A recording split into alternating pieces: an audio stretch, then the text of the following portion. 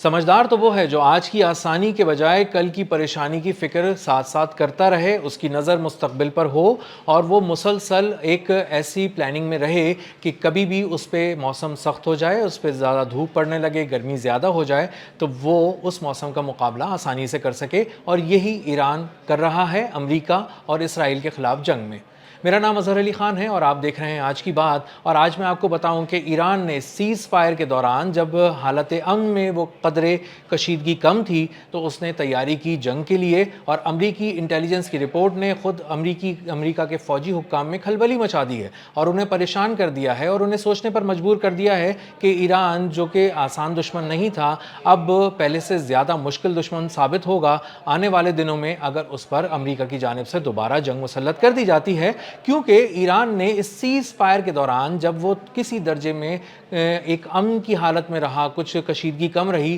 اس نے جنگ کی تیاری پہلے سے بھی زیادہ تیزی سے کی اور اپنے اچھے دنوں میں اپنے برے دنوں کی بہت شدید قسم کی تیاری کر لی ہے، اور اب اگر اس پہ جنگ مسلط کی جاتی ہے تو ایران تیار ہے پہلے سے زیادہ مؤثر، تیز اور برق رفتار اور ٹھیک ہدف کو نشانہ بنانے کے لیے، حملے کرنے کے لیے، اور زیادہ تباہ کن اب ایران ثابت ہوگا پچھلے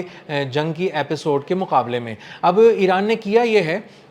کہ انٹیلیجنس کی ان کی رپورٹ بتاتی ہے کہ ابھی تک ایران نے جس شدت کے ساتھ اپنے ڈرونز استعمال کیے امریکہ کے خلاف، اسرائیل کے خلاف، اور میزائل استعمال کیے، اس کے باوجود کہ اس نے بے انتہا میزائل خرچ کیے، بے انتہا ڈرونز کو استعمال کیا، اب بھی ایران کے پاس ایسی کیپیسٹی ہے، اس کے آرسنل میں، اس کے پاس، اس کے اسلحے کے ڈپوز میں اب بھی ڈرونز 40% اور میزائل 60% ہیں، اور ان کا ذخیرہ ابھی بھی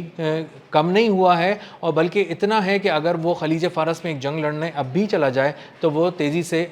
اس کی طرف، کامیابی کی طرف بڑھ سکے گا، اور بہت ٹھیک نشانے لگا کر امریکہ کو ایک بار پھر پہلے سے زیادہ انگیج کر لے گا جنگ میں، جتنا اس نے ابھی جنگ کی پچھلی ایپیسوڈ میں کیا تھا۔ اب ہو یہ رہا ہے کہ ایران نے اس جنگ میں جو سیز فائر کا وقت تھا اس کو دو طرح سے استعمال کیا۔ ایران نے سب سے پہلے تو یہ کام کیا کہ امریکہ نے جو بمباری کر کے اس کی بہت سی میزائل سائٹس کو اوپر سے نشانہ بنا کے تباہ کیا، اس نے پہلے اس کی صفائی کی، کیونکہ نیچے تک ایران نے کہا تھا کہ میزائل کی جو اصل جہاں پہ لوکیشن ہے، جہاں میزائل اسٹور کیے جاتے ہیں، وہاں پر امریکہ اور اسرائیل کا کوئی حملہ اب تک نہیں پہنچ سکا، یعنی وہ پورے میزائل پروگرام کا، اس کے خاص طور پہ بیلسٹک میزائل پروگرام کا بال بھی بیکا نہیں کر سکے، اس کی گرد کو بھی نہیں چھو سکے۔ اب ایران نے پہلے اس جگہ کو ٹھیک کیا، صاف کیا، وہاں سے جو ملبہ تھا تھوڑا بہت ہٹایا، اور اس کے بعد ان تمام فیسلٹیز کو دوبارہ فنکشنل کر لیا جہاں پر اس نے میزائل اور ڈرونز رکھے ہوئے تھے۔ اسی کے ساتھ ساتھ جو اس کی میزائل کی اور ڈرونز کی پروڈکشن تھی، پیداوار تھی، تیزی سے بنائے جاتے تھے جن فیسلٹیز کے اندر، وہاں پر کام کی رفتار دگنی کر دی، اور بہت تیزی سے اس کو اندازہ ہوا کہ اب اگر سیز فائر نہیں چل سکا یا کسی طرح امریکہ کا موڈ بدل گیا اور اسرائیل نے بھی کوشش کی کہ جنگ ہی ہو، تو ایران کے پاس پروڈکشن کے لیے ٹائم کم رہ جائے گا اور خرچ کرنے کے لیے ٹائم اس کا زیادہ تیزی سے خرچ ہو رہا ہوگا، اس لیے اس نے اپنی پروڈکشن کو بہت زیادہ تیز کر دیا، ڈرونز بنانے بہت تیز کر دیے، اور میزائل کے اوپر بھی کام کرنا بہت تیز کر دیا، اور اس دوران اس نے بہت تیزی سے اپنے سٹاکس کو بھرنا شروع کر دیا دوبارہ سے پیداوار کر کے۔ جبکہ دوسری طرف جو میڈیا رپورٹس ہیں، جو اینالسٹ بتا رہے ہیں، عسکری ذرائع سے جڑے ہوئے دنیا بھر کے، وہ بتا رہے ہیں کہ امریکہ کے پاس اتنی تیزی سے اپنے سٹاک کو ریپلینش کرنے کا ٹائم نہیں ملا، ان کو اپنے سٹاکس کو دوبارہ بھرنے کا وقت نہیں ملا جتنا تیزی سے ایران نے اس کو بھر لیا ہے۔ ایران نے اس پہ کام یہ کیا کہ ایران کو یہ بھی اندازہ تھا کہ امریکہ کو جو کچھ بھی اپنے سٹاکس کو بھرنا ہے وہ صرف بھرنا ہی نہیں ہے، اس کی پیداوار بہت دور ہے، ایران کی پیداوار ایران میں ہی ہے، اور ایران کے ہی لانچنگ پیڈ سے ڈرونز کو بھی فائر کیا جانا ہے اور میزائلز کو بھی فائر کیا جانا ہے، اس لیے ٹرانسپورٹیشن کا ٹائم نہ ہونے کے برابر ہے۔ جبکہ امریکہ کی جو بھی میزائل پروڈکشن ہے، ڈرونز پروڈکشن ہے، یا جس طرح کے بھی آرمز اینڈ ایمونیشن اس کو استعمال کرنے ہیں، ہتھیار اس کو استعمال کرنے ہیں، وہ سب امریکہ کی فیکٹریز میں بننے ہیں، وہاں کی فیسلٹیز میں بننے ہیں، اور وہاں سے ٹرانسپورٹ ہو کے ایک ریموٹ لوکیشن پہ ہزاروں کلومیٹر دور فضائی ایک سروس کے ذریعے پہنچائے جانے ہیں، اور اس کے بعد ان کو مختلف ملٹری لوکیشنز پہ پہنچانے کے بعد ان کو بھرنا ہے، اور اس کے بعد ان کو چلانے کا موقع آئے گا۔ اس لیے ایران کے پاس یہ ایک ایج تھا، یہ ایک فائدہ تھا کہ انہوں نے تیزی سے اپنی پیداوار بھی بڑھا لی، اور ان میزائل سائٹس پہ جہاں سے میزائلز کو فائر ہونا تھا, ڈرونز کو فائر ہونا تھا, وہاں تک ڈرونز کو اور میزائلز کو پہنچا دیا. امریکی انٹیلیجنس کی وہ رپورٹس جو خبردار کر رہی تھیں امریکہ کی فوجی قیادت کو کہ ایران کے پاس بہت زیادہ سٹاکس ہیں ڈرونز کے اور میزائلز کے, وہ بھی یہ کہہ رہی ہیں کہ یہ ایک ابتدائی سا ایک خام سا تخمینہ ہے, اور ہو سکتا ہے کہ ایران کی کیپیسٹی اس سے بہت زیادہ ہو چکی ہو, اور ایران نے جس رفتار سے ہم نے آپ کو بتایا ہے کہ ڈرونز بنائے ہیں,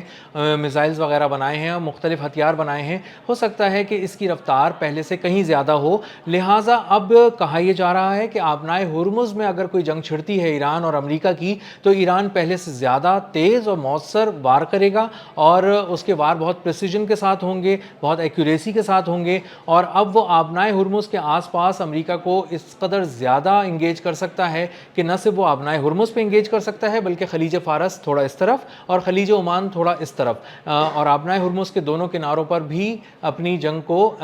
پھیلا سکتا ہے, وسعت دے سکتا ہے اور لڑ سکتا ہے. اور یہی ایک ایسی بات ہے جس نے امریکہ کی فوجی قیادت کو پریشان کیا ہے, اور یہی وہ بات ہے جس نے امریکہ کی فوجی قیادت کو یہ سوچنے پر مجبور کیا ہے کہ آبنائے ہرمز میں جو بھی کشیدگی کا لیول ہو, جتنی بھی کشیدگی بڑھائی جائے وہ اس حد تک ہی بڑھائی جائے کہ وہ ایک فل سکیل وار کی طرف نہ چلی جائے, ایک بھرپور جنگ کی طرف نہ چلی جائے, اور کہیں ایسا نہ ہو جائے کہ ایران کو یہ محسوس ہونے لگے کہ اب ایک جنگ دوبارہ اسی طرح چھڑنے والی ہے جس طرح پہلے چھڑ گئی تھی, اور اب اس کو بھرپور حملے کرنے ہیں. کیونکہ اگر ایسا کچھ ہوا تو امریکہ بہت ہی بری مار کھائے گا آبنائے ہرمز کے دونوں طرف, کیونکہ ایران کا حملہ اب پہلے سے زیادہ شدید بھی ہوگا, اور اب وہ مختلف وارفیئر کے اندر آئے گا. اب وہ الیکٹرانک وارفیئر کی جن ٹولز کو وہ استعمال کر چکا ہے, جن ٹپس کو وہ استعمال کر چکا ہے, اب کہا یہ جا رہا ہے کہ وہ مختلف کارڈ کھیلے گا. مختلف کارڈ کس طرح کھیلے گا, یہ ایک ٹیکنالوجی کا شاید ایک کوئی نیا شاہکار پیش کرے گا ایران, یا پھر کچھ نئے میزائل سامنے لائے گا, یا کچھ مختلف قسم کی ٹیکنالوجی ڈرون سے متعلق لائے گا کہ وہ حیران کرے گا. اور اس بار اس کو نہ صرف امریکہ کی تھوڑی بہت فضائیہ جو آبنائے ہرمز کے آس پاس ہوگی ہیلی کاپٹرز کی صورت میں یا نچلی پرواز کرتے طیاروں کی صورت میں, ان سے ہی سامنا نہیں ہوگا بلکہ آبدوزوں سے بھی سامنا ہوگا, اور اس کے ساتھ ساتھ امریکہ کے بحری بیڑے کو بھی اتنا ہی ٹف ٹائم ایران کو دینا پڑے گا جتنا اس کے بہت سے جنگی بحری جہازوں کو آبنائے ہرمز کے قریب دینا ہوگا, جو ناکہ بندی کے حوالے سے وہاں پر کھڑی کی گئی ہیں, تعینات کی گئی ہیں, اور تقریباً 10 سے 20 ہزار فوجی جو ہیں مجموعی طور پہ جو وہاں پہ موجود ہیں آبنائے ہرمز کے آس پاس امریکہ کے, ان سے جنگ لڑنی ہوگی. تو اب جو جنگ ہوگی آبنائے ہرمز کے پاس, اگر یہ ہوئی, اور ہم کوشش تو یہی دعا تو یہی کرتے ہیں کہ کسی طرح یہ جنگ نہ ہو کیونکہ یہ کسی کے بھی حق میں نہیں ہے, لیکن اگر جنگ ہوتی ہے تو ایران کی تیاری نئی تو ہے, بہت زیادہ تو ہے, لیکن مختلف بھی ہے. اب کی بار ایران کچھ نیا کرے گا, اور کچھ نئے سے مراد یہ ہوگی کہ الیکٹرانک وارفیئر میں بھی اس کو کچھ نیا کرنا پڑے گا, سیٹلائٹ سے جڑی جو جنگ ہے اس میں بھی کچھ نیا کرنا پڑے گا ایران کو, کیونکہ بہت سی چیزوں کی تیاری دیکھنے کے بعد اب امریکہ کر چکا ہے, اور وہ پہلے کی طرح کے حملوں کو ایران کے اب امریکہ شاید زیادہ اچھے انداز میں روک سکے گا, اور شاید وہ وار اتنے کاری ثابت نہ ہوں جتنے پہلے ہو چکے ہیں. اور ایران بھی اب یہی کہہ رہا ہے کہ ہم کچھ ایسے کارڈ استعمال کرنے والے ہیں جو اب تک ہم نے نہیں کیے, اور نئی اگر کوئی جنگ ہوتی ہے تو اب کہا یہ جا رہا ہے کہ وہ ایک بالکل مختلف جنگ ہوگی, بہت ہی زیادہ شدت کی ہوگی, پریسیجن کی ہوگی, ایکوریسی کی ہوگی, اور اس میں ایران کچھ ایسی کیپیبلٹیز اپنی سامنے لے کر آئے گا جو بالکل ہی نئے انداز کی ہوں گی, دشمن کو حیران کر دیں گی, اور اس کے لیے ایک سرپرائزز سے بھرپور ہوں گی. اب تک کے لیے اتنا ہی, ملتے ہیں اگلے ولاگ میں ایک نئی خبر, نئے تجزیے اور نئے زاویے کے ساتھ. اللہ حافظ.